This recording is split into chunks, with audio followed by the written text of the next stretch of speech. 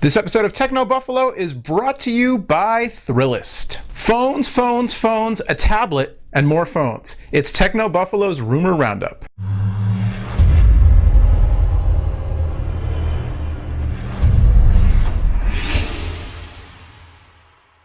What is going on, everybody? I'm Noah Kravitz, editor-at-large for TechnoBuffalo, otherwise known as the guy who talks so much poor John Quadge is up all night editing me down to size. It's TechnoBuffalo's Rumor Roundup for the week ending today, Friday, August 26th, 2011. This episode of the Rumor Roundup is brought to you by our friends at Thrillist. It's all about mobile this week, and luckily the stock market didn't plunge, although there was an earthquake on the east coast of the United States. Crazy. I hope everybody out there is safe and sound and recovering from the unexpected, an earthquake on the east coast. Plenty of rumors to catch up on, though, so let's get right to it. First and foremost, September 1st, HTC is having an event in London. Our own Killian Bell will be there. It's a party. It's a fan reader meetup kind of thing. So if you're in London and you like HTC phones, I believe there's a sign-up page on Facebook. But Killian will be there covering what? Well, apparently he's going to be covering the new HTC Windows Phone Mango phones. That's right, a leak earlier this week points to two devices bound for US carriers. One of them's headed to AT&T, it's called the Eternity, and the other is coming to T-Mobile.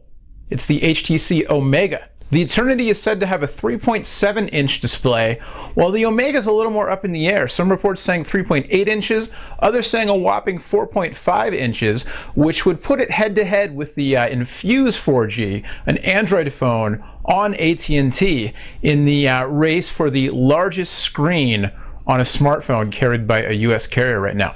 The Dell Streak with its 5-inch display was end of life a little while ago. Rumors about that Nexus Prime we talked about last week might have a 4.65-inch display. But for now, it looks like the Omega could take the crown, or at least share it with the Infuse 4G, with a 4.5-inch display if that comes true. Whatever it is, we'll be there on September 1st, covering it live from London. Again, our own Killian Bell will be at the HTC event, so stay tuned for more on that. Speaking of AT&T, AT&T's roadmap for the rest of this year into early 2012 may have leaked. Something leaked. People seem to think it's the official roadmap. It's got a whole lot of gingerbread and some mango as well. Everything, this whole show is going to make me hungry. I'm going to have a second lunch pretty soon. That's the last thing I need. The roadmap does not include our other favorite mobile-flavored food, Apple, but we'll get to something on them in just a second. But it does include several Android gingerbread phones, as well as a couple of Windows Phone 7.5 Mango devices. The devices are from the likes of HTC, Motorola, Samsung, and Pantech, with one of the highlights being a Samsung Windows mobile phone that resembles the Galaxy S2, which would be hot. Still waiting for the Galaxy S2. Speaking of TechnoBuffalo's covering events, August 29th in New York City, Mike Perlman covering the big Samsung mobile event where we are expecting to see the US variants of the Galaxy S2, so stay tuned for that. But a Galaxy S2 lookalike, especially if it's got similarly awesome internals, running Windows Phone 7.5 would be a pretty cool thing if you're looking for an alternative to the whole Android versus iPhone horse race that the mobile world is fast becoming. Anyway, you can check out the whole roadmap over on technobuffalo.com. But again, a whole lot of Android, a little bit of Mango, and a couple of Blackberries to keep you AT&T subscribers busy through the rest of this year and into early 2012. Speaking of AT&T, some photos emerged earlier this week of what's believed to be the HTC Puccini, aka the Jetstream. Puccini will be HTC's first 10-inch tablet computer, and also their first tablet to run on Android 3 Honeycomb. If you recall, HTC released a tablet earlier this year, the 7-inch Flyer, which runs on a version of Android 2 that's heavily customized with HTC's Sense user experience. The Puccini is said to be headed to AT&T later this year and will support AT&T's new 4G LTE network. It'll also support a dual-core 1.5 gigahertz processor, 16 gigs of internal storage, and all kinds of Android goodness to keep your high-speed, on-the-go, touch-only, keyboardless needs in check. You know how you have that one friend who always hooks you up with the cool new bands before anyone else has even heard of them? Well, Thrillist is like that, but for cool new stuff to do and places to go. Want to know about a Star Wars burlesque show? A beer garden that screens 80s flicks? or a restaurant with a sushi robot? I want to know about the sushi robot. Then sign up for Thrillist, a free daily email that sifts through the crap to find the best new bars, restaurants, events, and services. Whatever it is, they promise it won't suck. Hit up Thrillist.com/Buffalo and you'll start getting Thrillist's sweet knowledge right away. I think everybody should have that slogan. Whatever it is, they promise it won't suck. Speaking of AT&T, things are just kind of segueing so nicely this show. Last but certainly not least, a little more iPhone juice for you. This week, the two wild cards who are always left out of the conversation in America may have something to say about the iPhone 5.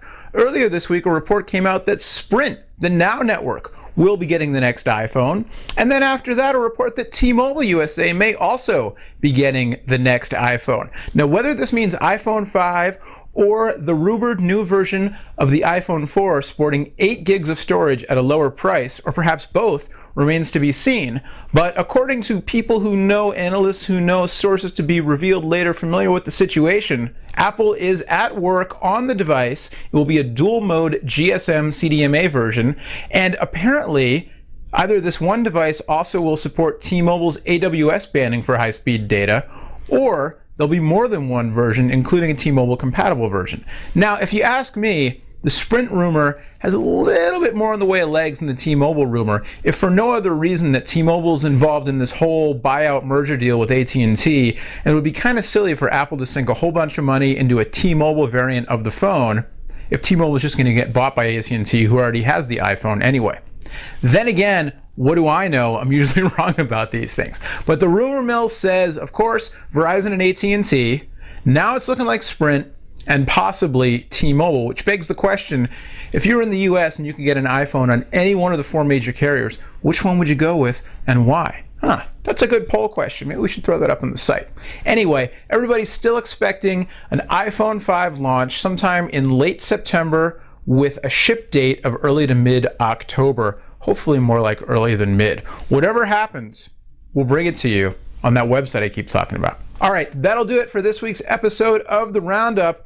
Lucky for you, or at least lucky for me, I'm also going to be hosting Ask the Buffalo next week while John's off in Europe gallivanting around. He did a meetup at an Apple store in London. Thanks to everybody who came out to that. I think he's headed over to Paris for a little while, and then of course to Berlin, Germany to cover IFA with some of the other Revision 3 personalities. So while he's doing that, I'll be hosting Ask the Buffalo, and then of course bring you the Rumor Roundup again next week.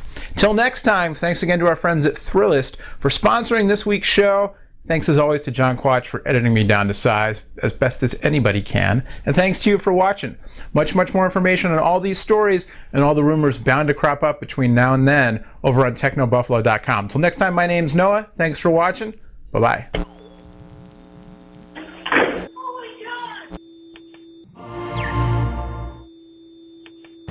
10.1-inch screen.